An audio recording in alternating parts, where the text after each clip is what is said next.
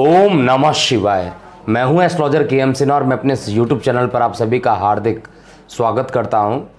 कल नवरात्रि है और हम सभी की मां का आगमन कैलाश से धरती पर होने वाला है। तो कल का क्या शुभ मुहूर्त होना चाहिए और कल किस तरीके से कलश स्थापना करना चाहिए और इसमें कुछ विशेष चीज़ों का महत्व भी मैं बताऊंगा। 9 देवियों की आराधना की जाती है और साथ में इसमें जो जौ चढ़ाया जाता है वो क्यों चढ़ाया जाता है उसके पीछे भी साइंटिफिक रीज़न मैं बताऊंगा। और साथ में जो ये पूरा कलश स्थापना का क्या महत्व है इसको भी मैं आपको बताने जा रहा हूँ। तो आइए हम स्टार्ट करते हैं कि नवरात्रि को कैसे मनाना चाहिए कल से, और कमेंट बॉक्स में जय माता दी ज़रूर लिखिएगा।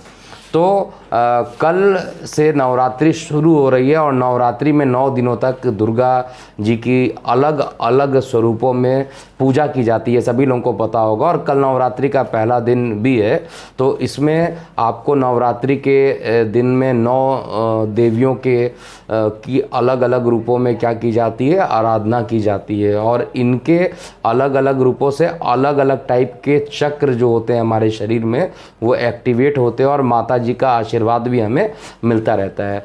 और ये एक ऐसा त्यौहार है जिसमें हम इन 9 देवियों को सिद्धि कर सकते हैं। 9 देवियों की आराधना करने से सिद्धि प्राप्त होती है, जिससे कि देवी प्रसन्न होती हैं और हमें मनोकामनाएं, हमारी मनोकामनाओं को ये पूर्ण करती हैं।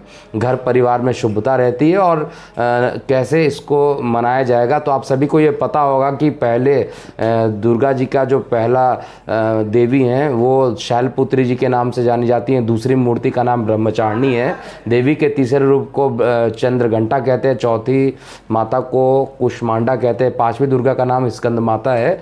देवी के छठे रूप को कात्यायनी कहते हैं। 7वें कालरात्रि, 8वां महागौरी और 9वीं देवी का नाम सिद्धदात्री के नाम से प्रसिद्ध है। तो नवरात्रि में इन 9 दिनों तक जो आराधना की जाती है उसमें सबसे पहले पूजा का आसन पर आपको बैठना है और जल से 3 बार शुद्धिकरण करके आचमन करना है और आपको बोलना है ओम केशवाय नमः, ओम माधवाय नमः, ओम नारायणाय नमः।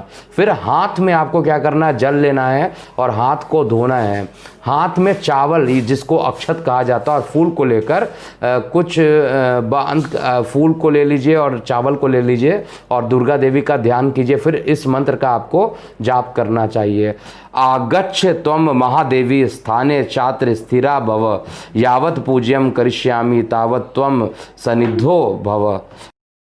कलश स्थापना के लिए जो सामग्री आपको चाहिए वो है मिट्टी, पीतल या तांबे या फूल का एक घड़ा आपको लेना चाहिए।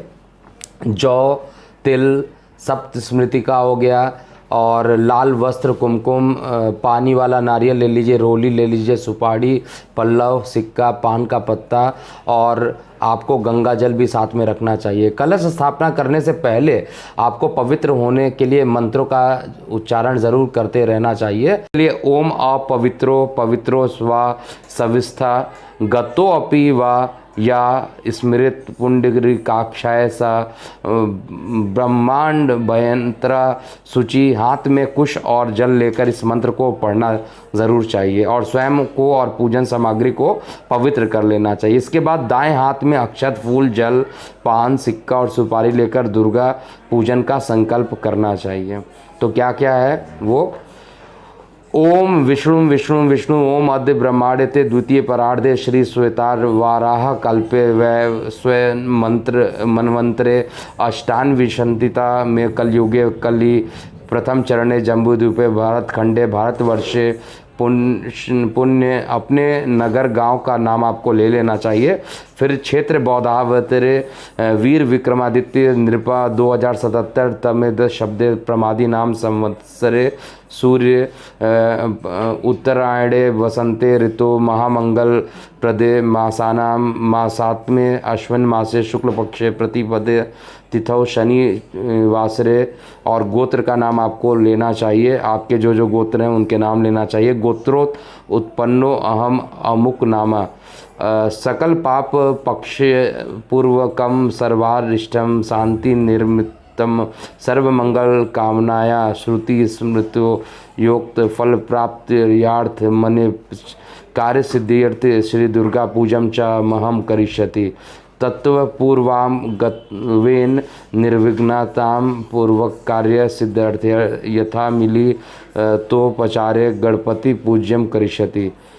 इस प्रकार माता की मूर्ति या तस्वीर के सामने मिट्टी के ऊपर कल रखकर हाथ में अक्षत फूल और गंगा जल लेकर वरुण देवता का आह्वान आपको करना चाहिए। कलश में सर्व औषधि और पंच रत्न को डालना चाहिए। कलश के नीचे रखी मिट्टी में सप्त धन्य और सप्त स्मृतिकाओं को मिलाना चाहिए।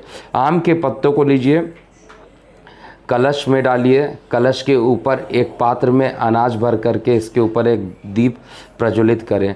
कलश में पंच पल्लव डालें और इसके ऊपर लाल वस्त्र लपेटकर एक पानी वाला नारियल रखें। कलश के नीचे मिट्टी में जौ के दाने फैलाएं। देवी का ध्यान करें। खड्गम चक्र गदेशु चाप परिशूलम भुषुंडी शिरा शंक संधति करैत्री नैनाम सर्वांग भूषाण वृताम नीलाश द्युतिमास्य पाद दशकाम सेवे महाकालिकाम याम स्थितित स्वपीते हरो कमल जो हंतु मधु कैटबम। इसके बाद गणेश जी और सभी देवताओं की पूजन करना चाहिए और अंत में शंकर भगवान और ब्रह्मा जी की भी पूजन करना चाहिए और बाद में दुर्गा सप्तशती का कवच आपको ज़रूर करना चाहिए ताकि आप इसको पढ़ते रहिए और इस मंत्र को इस तरीके से स्थापना करने के बाद, इसको करने के बाद ही कलश स्थापना आपका मान्य होगा। और साथ में आपको दुर्गा सप्तशती का आपको पाठ करना चाहिए। और दुर्गा सप्तशती में आपको पता होगा कि कीलक होता है, अर्गला होता है और कवच होता है और साथ में जो दुर्गा विशंत माला का 20-32 नाम जो होते हैं दुर्गा जी के, उनकी आराधना करनी चाहिए और लास्ट में क्षमा प्रार्थना ज़रूर करना चाहिए। दुर्गा सप्तशती को करने के बाद एक ऐसा कवच डेवलप हो जाता है जिससे कि आपकी मनोकामना पूर्ण होती है। तो इस नवरात्रि मैं आशा करता हूँ कि मेरे सभी दर्शकों को और पूरे विश्व का माँ दुर्गा कल्याण करेंगी और सभी की मनोकामनाओं की पूर्ति करेंगी। और कमेंट बॉक्स में जय माता दी ज़रूर लिखिएगा। अभी के लिए इतना ही। मैं हूँ एस्ट्रोलॉजर के एम सिन्हा। ओम नमः शिवाय।